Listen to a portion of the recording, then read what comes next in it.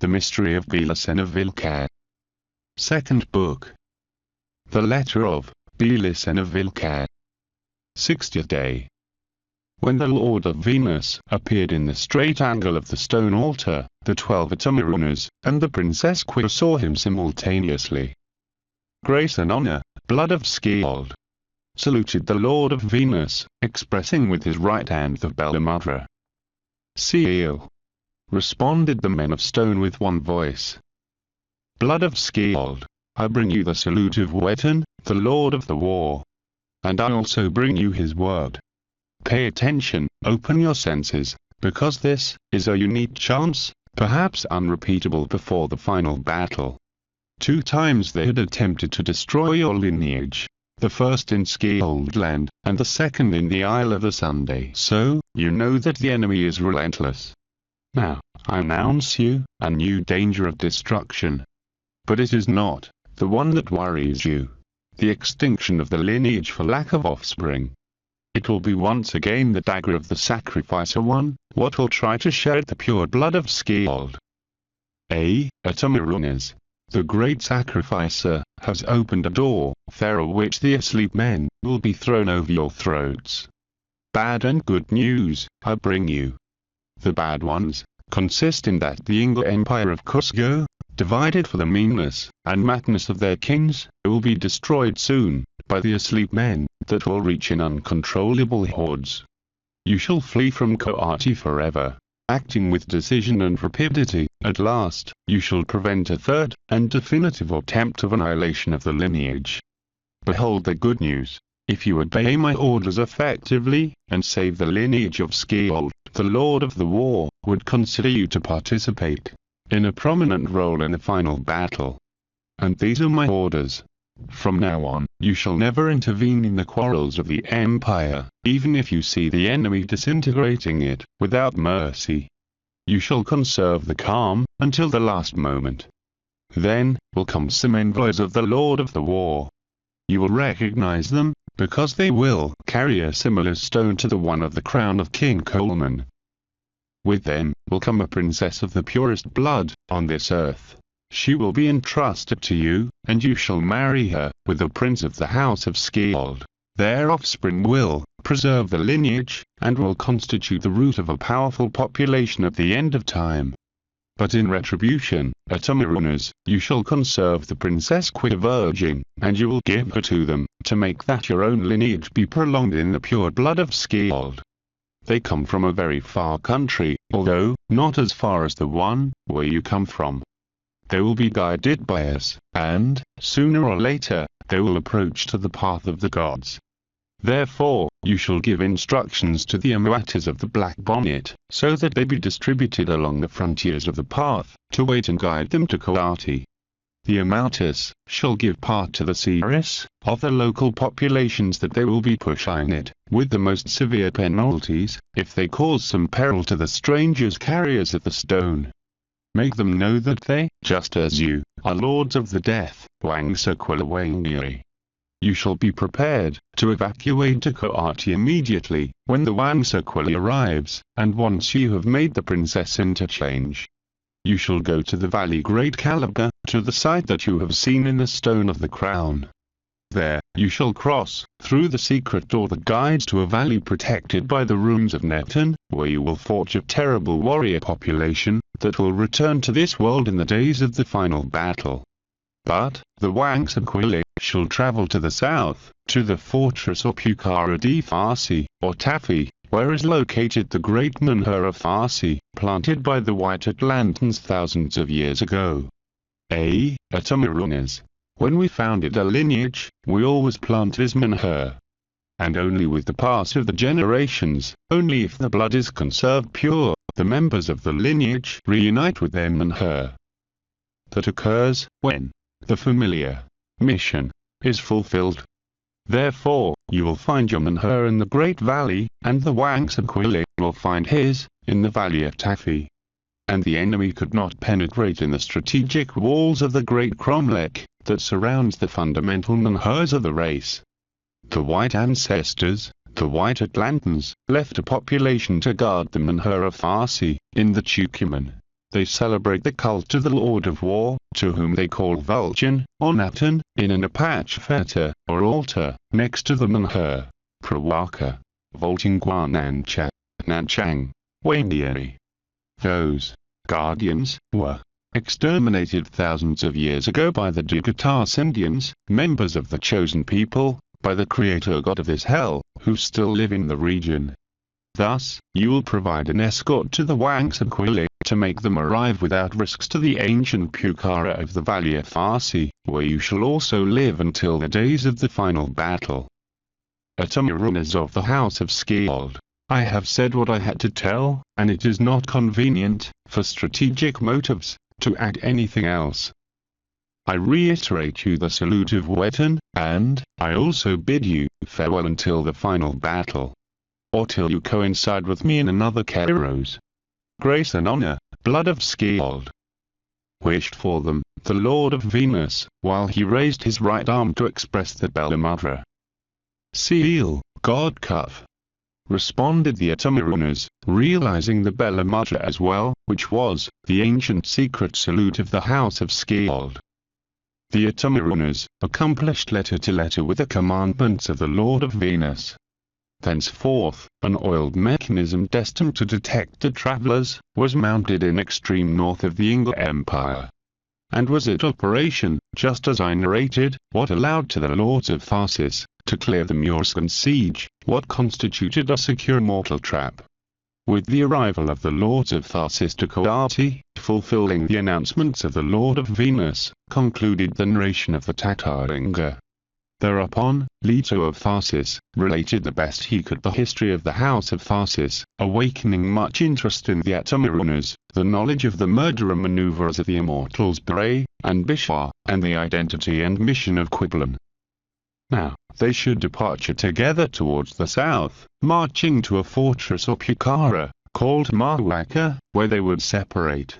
They would never see each other in this life again, but they would meet again during the final battle, when the Lord of War would convoke the men of honor to fight against the potencies of the matter. The Princess Quia had blonde hair and blue eyes, while Involanti contrasted her black hair and green eyes, but both exhibited a skin as white as the snow. Quia was already prepared to become the wife of one of the lords of Tharsis, but they knew that she would have to abandon them, by disposition of the gods, surprised and saddened to Volanti of Tharsis. However, she not reneged of her mission, although she expressed clearly her discontent. Hence, two Dominican friars decided to stay with her, and bind their fate to the lineage of Skeold. With the company of her relatives, Volanti could bear better the separation. But Leto also ordered to the four Catalans to follow their Emma, and never abandon her. He set them above board that they would never return to Spain, if they accomplished such orders, but, for obeying them, they would be treated as members of the nobility, by the population of the moon. The Atamarunas wanted to carry with them the Catalans, and they offered them, for that unique time, the possibility to take wives amongst the virgins of the moon. The tough Spaniard soldiers accepted everything. They were excited by the perspective to become lords of that mysterious population, and care for the security of his queen, Volanti of Tharsis. Once they reached to a mutual agreement, was just missing to get underway and evacuate from Coati, giving fulfillment in this form to the commandments of God Cuff. In such preparations were, when spies, who permanently informed about the situation of the empire, transmitted the menu that obeyed to hasten the departure. The captain, Diego de Almagro, has just left Cusco with 500 men, towards the south. Between Francisco Pizarro and Diego de Almagro had occurred a sad dispute about the limits that corresponded to each one in the distribution of the Inca Empire. Diego de Almagro pretended that the city of Cusco was included in his dominions. The astute Pizarro achieved to dilate the definition of the conflict, persuading his partner that to the south existed a country even more rich than the Inca kingdom, a booty that would turn meaningless the sense of the discussion about Cusco. So, the dreamer Almagro armed such a mighty army, and marched towards the south, willing to conquer the city of the Caesars, trade by plunder or Elling. The same nostalgia, accompanied of heroic resolution, that the lords of Tharsis experienced when they abandoned the Iberian Peninsula in the ship of the Welsh, when the mind was flying to Huelva and revived the days of glory of the House of Tharsis, was felt by the Otomarunas when they were crossing the Lake Titicaca towards the port of Copacabana, leaving behind the Isle Coati, where they lived for many years, and reached the highest Hyperborean wisdom. The House of Skeold had been powerful centuries before in Tiwanaku, until the tormental vengeance of the Order of Melchizedek almost extinguished their lineage. Then, when they abandoned the region forever, the hearts of the Otomarunas were jolted by ambivalent feelings. The soul, created and attached to history in the ground, and to the time and space, was tread in pain, due to the definitive departure from the natal land.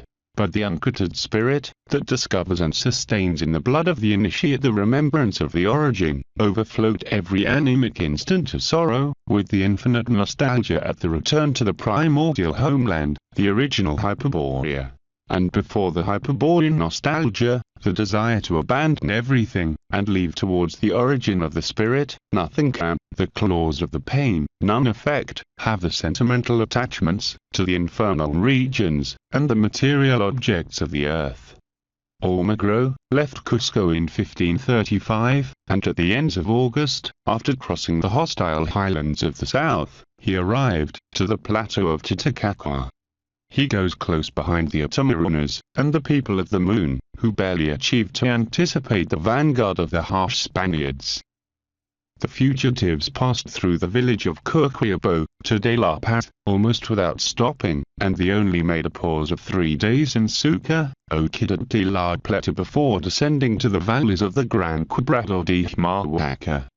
To all this, Almagro, who received at his pass the surprising news that an entire population was going towards the same direction, he hurried the working day, with the intention to reach them, and know their destination, perchance the rich population of the south, the city of the Caesars. The idea was affirmed, on the fact that such population was going, according to what all his informants agreed, guided by white and red men, similar to the Spaniards, but magnificently dressed, with the clothings of the Inca kings. For Almagro, it was extremely probable that such population proceeded from the city of gold and silver, and towards there they were going.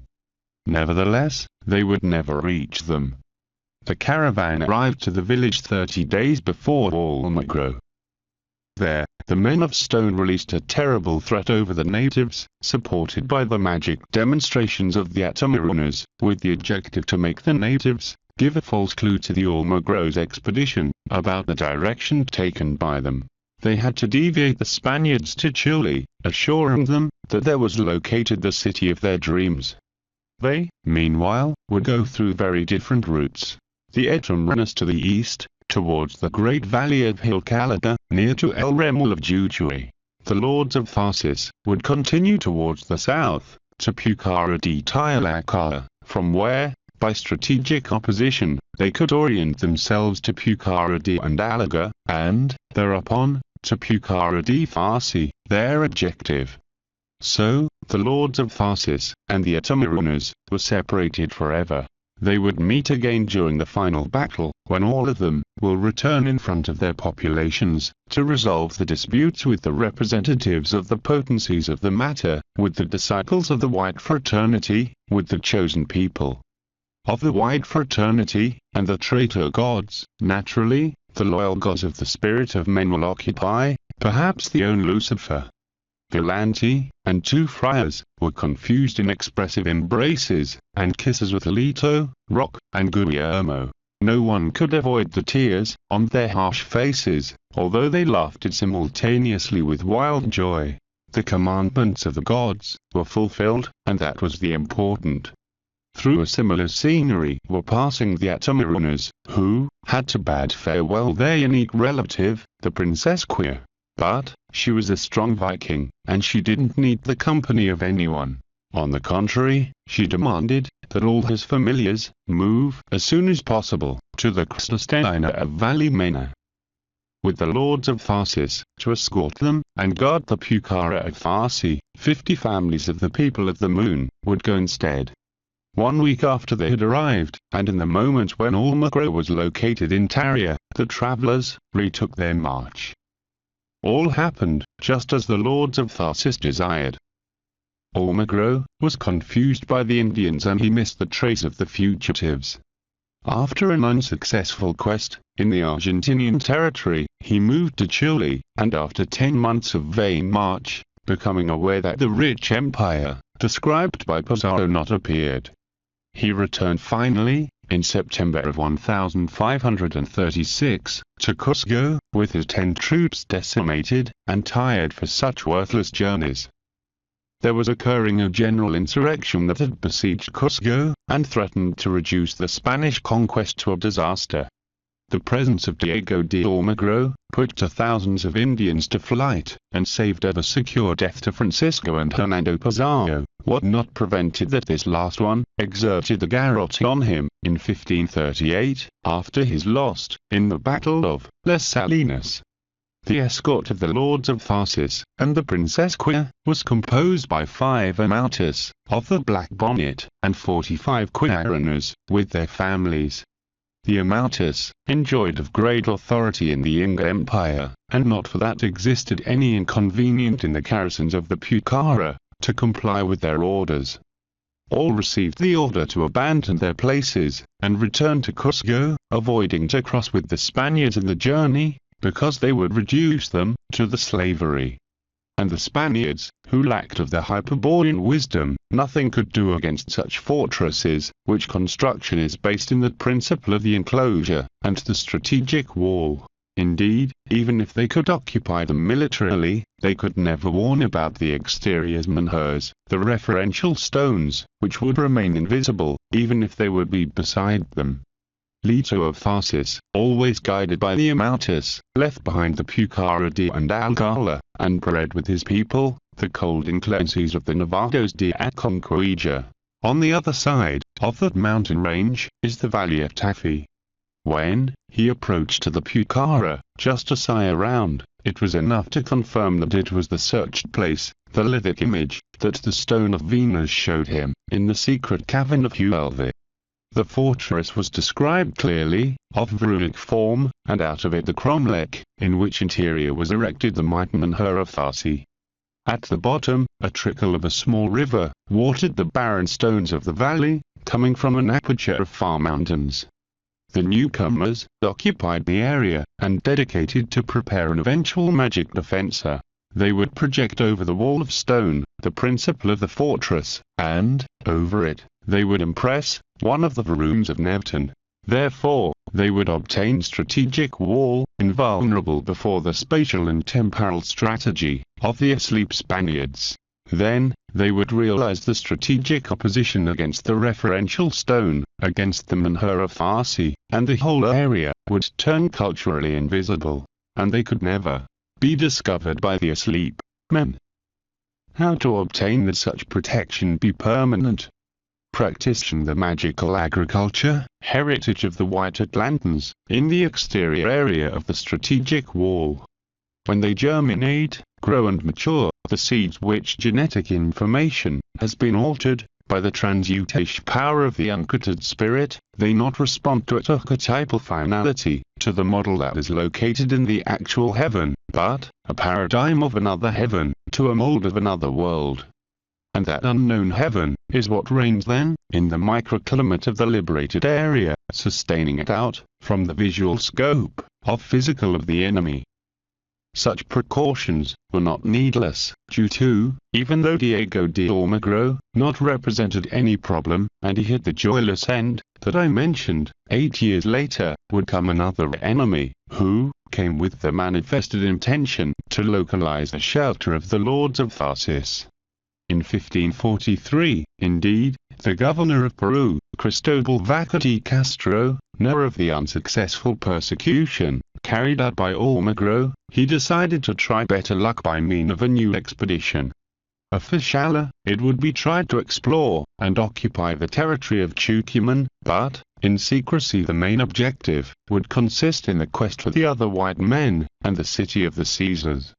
The henchman of Vaca de Castro is the Captain Diego Rojas, Spaniard of Burgos, who participates in the conquest of Nicaragua, and who, in that moment, was in La Plata, or Sucre.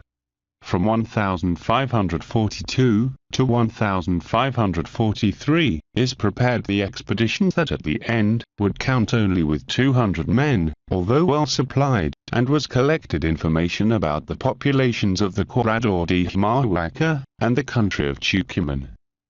For this reason, even if always officially, he sends a fleet from Peru to wait for it in Chile in front of the Port de Arauca. Diego of Rojas proposed to enter the most possible in towards the south, following the trace of the fugitives. He ascends in this way to the plateau of Titicaca, and, thereupon, he descends to the Corredor de Humahuaca, sustaining permanent combat against the Indians, who had been warned by the Amautas of the Black Bonnet about the intentions of the Spanish conquerors, the Ocloyas, Humahuacas, Pilares, Jujuis, etc. Attacked them, without break, during the whole journey of the hill in Jujuy. However, they achieved to reach to Chicona, today Molinos, and the fate wanted that the chickens of Castile, which were in power of the Indians' Quimas, be discovered by them. The chickens had been gifted by the Princess Quia, what determined the route of expeditionaries approaching dangerously to Pucarafasi. The presence of the chickens convinced Diego de Rojas other white men, just as Almagro believed, and that impulsed him to cross over the Valle Calchuqui, from north to south, to Tolombone, and thereupon, through Fualcomeda, to Punta Ballester, crossing the Nevados de Aconquija, to go out at the height of Kenspin or Valley of Tafi. Fortunately, such route took the Spaniards too much to the south, and was no necessity to test the magic defences of the Pucara of Farsi, now converted in permanent residence of the Lords of Tharsis. Diego de Rojas faced the juries of Tucuman bravely, without obtaining any news about the White King, and he continued his long march to the south, exploring the lands that were denominated by the race of their dwellers, juries, or Santiago del Estero, Tugatas, or Saltac, Tucuman, Catamarca, La Rioja, San Juan, and northwest de Córdoba, and Comachingans, o Córdoba. At their return, through these sterile travels, at the height of Salavina, in Santiago del Estero, the brave Diego de Rojas found his death, caused by the poison that a guitar arrow deposited in his leg. 3 years after his departure, such expedition returned to Peru, at the command of Nicolas de Heredia, who, nevertheless the loss of Rojas, had to pass a year traveling through the Valley of Tafi, seeking the city of the Caesars. Soon is realized another attempt, in 1549, when Juan Núñez del Prado moved to Tucuman, with 70 men, some of them Gaullines, enthusiastic by the stories of many members of the expedition of Rojas. They would not find the city of the Caesars, or the Pucara of Tharsis neither. For 20 years, since the excursion of Diego de Rojas, till the arrival to Tucuman, of Francisco de Aguirre, were realized unsuccessful. Similar attempts that, nevertheless, have the virtue of going sowing the region of Spanish populations and cities. San Miguel de Tucuman was founded in September 29 of 1565 by Diego de Villarreal, nephew of Francisco de Aguirre. The same as El Barco, today Santiago el Estero, San Miguel de Tucuman changed its original settlement, in 1680, by the governor Fernando Mendoza, Mate de Luna and the authorization of King Charles II. The economical progress of the province, not based in the gold and silver that the primitive explorers searched, but in the exploitation of the land and the slavery of the Indians, produced prompt the oblivion about the city of the Caesars and the existence of the White King. Around the Pucara of Farsi, emerged a population dwelt by the offspring of the Quilrana, but the fortress was never discovered by the Spaniards, nor by the posterior Creole governors. An enormous ranch was established instead, that contained the invisible Pucara, and that was finally legalized by the grandchildren of Leto of Tarsus, who had infiltrated in the government, and bought the capitulations with gold gold that they conserved at their pass Theracoati. And in the interior of the cromlech, next to the Manhur of Farsi, over the ancient Apachfeta of Volting, Priwaka Voltic, rested the wise sword, awaiting the lithic sign of the final battle.